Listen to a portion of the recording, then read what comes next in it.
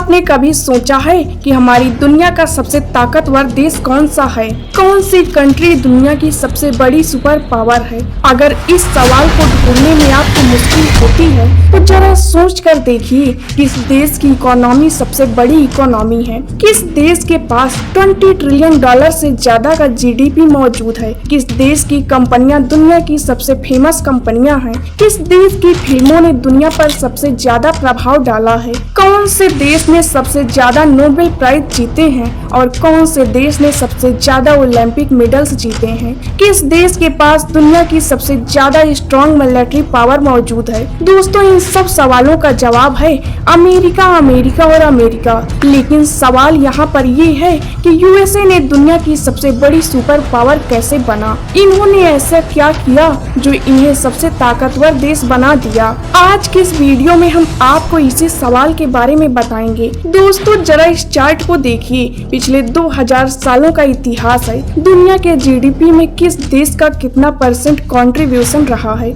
आप देखेंगे कि 1800 से पहले इंडिया और चाइना दुनिया की 2 सबसे बड़ी सुपर पावर थी। दुनिया में सबसे ज्यादा ट्रेड और इकोनॉमिक्स एक्टिविटीज इंडिया और चाइना अराउंड ही डेवलप करती थी और 1800 सालों तक ऐसा ही चलता रहा। लेकिन सन 1900 के बाद सिर्फ पिछले 100 सालों में ही अचानक से यूएसए ने अपना डोमिनियन दिखाया और दुनिया के जीडीपी में इतना बड़ा शेयर ले लिया। क्या ये सिर्फ किस्मत थी या कोई बहुत बड़ी प्लानिंग? चलिए आज आपको उस हकीकत से रूबरू कराते हैं जो इतिहास की किताबों में नहीं पढ़ाई जाती। दोस्तों, साल 1492 की बात है जब इटालियन एक्सप्लोरर क्रिस्टोफर कोलंबस ने नॉर्थ अमेरिका के पास कुछ कैरेबियन इंस्टैंडर्स की खोज किए थे। इसी के बाद से यूरोपियंस को अमेरिका के बारे में पता चला और अमेरिका के कोलोनाइजर की शुरुआत हुई। यूरोपियन ने इस दौरान अमेरिका में रेड इंडियंस के रहने की खोज किए थे, जिन्हें नेटिव अमेरिकन भी कहा जाता है। स्पेन ने साउथ अमेरिका को कोलोनाइजर किया, जिसे आज लैटिन अमेरिका कहा जाता है। यही कारण है कि ज्यादातर साउथ अमेरिका के देशों में स्पेनिश भाषा बोली जाती है। ब्रिटेन ने 1600 में अमेरिका में अपनी पहली कॉलोनी बसाया था और फ्रांस ने भी कोलोनाइजर स्टार्ट किया था। शुरुआत में यही 3 मेन पावर मौजूद थी, ब्रिटेन, फ्रांस और स्पेन। इन्होंने नॉर्थ अमेरिका को कोलोनाइजर किए थे। इसके बाद आने वाले सालों में अमेरिका में रहने वाले नेटिव अमेरिकन की जनसंख्या 80 से 90% खत्म हो जाती है, जिसके पीछे कई कारण मौजूद थे। लेकिन मुख्य कारण स्मॉल पॉक्स को बताया जाता है, एक ऐसी बीमारी जिसके लिए इम्यूनिटी नहीं थी अमेरिका के लोगों के अंदर। ऐसे ही चलता रहता है, समय बीतता जाता है और इसके कई दशकों बाद 4 जुलाई 1776 में अमेरिका एक नई कंट्री बनता है, जहां पर जन्म होता है यूनाइटेड स्टेट ऑफ अमेरिका का। यहाँ इसने ब्रिटेन से आजादी हासिल किया था। 30 कॉलोनीज से बना ये देश धीरे धीरे फैलने लगा और मैनिफेस्ट डेस्टिनी के नाम पर पश्चिम की ओर बढ़ता गया। अमेरिका ने नेटिव इंडियंस की जमीन हथियाई और अफ्रीकी गुलामों की मदद से खेती व्यापार को बढ़ावा देते हैं। ये एक ऐसा दौर था जब अमेरिका खुद को एक नई शक्ति के रूप में देख रहा था। इसके बाद हम आते हैं 1850 में, क्योंकि जो ग्राफ है वो 1850 के बाद ही ऊपर उठना स्टार्ट हुआ था।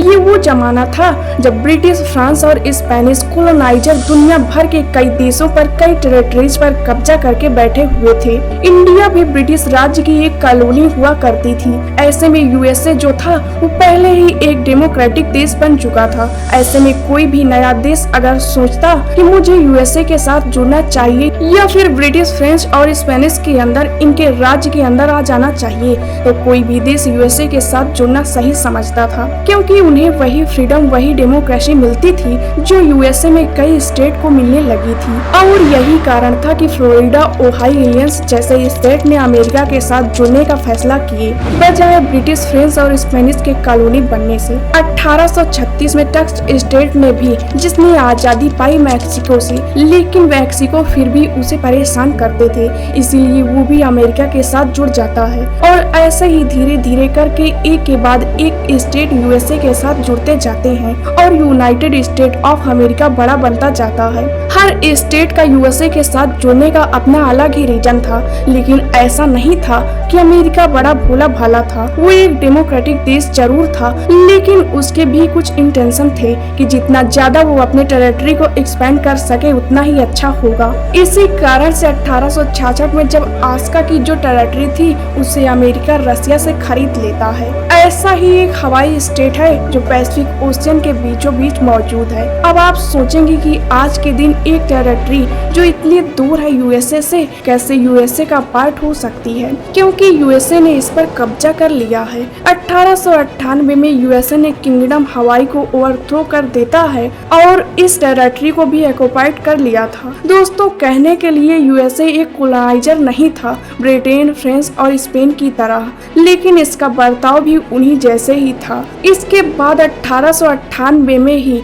यूएसए ने $20 मिलियन देता है स्पेन को फिलीपींस को अपने अंदर लेने के लिए। लेकिन आज के दिन फिलीपींस एक आजाद देश है, क्योंकि 1946 में फिलीपींस को इंडिपेंडेंस मिल गया था यूएसए से। दोस्तों, ऐसा ही करते करते 1900 तक यूएसए एक बड़ा देश बन चुका था और बहुत सारी टेरिटरीज इसके साथ जुड़ गई थी।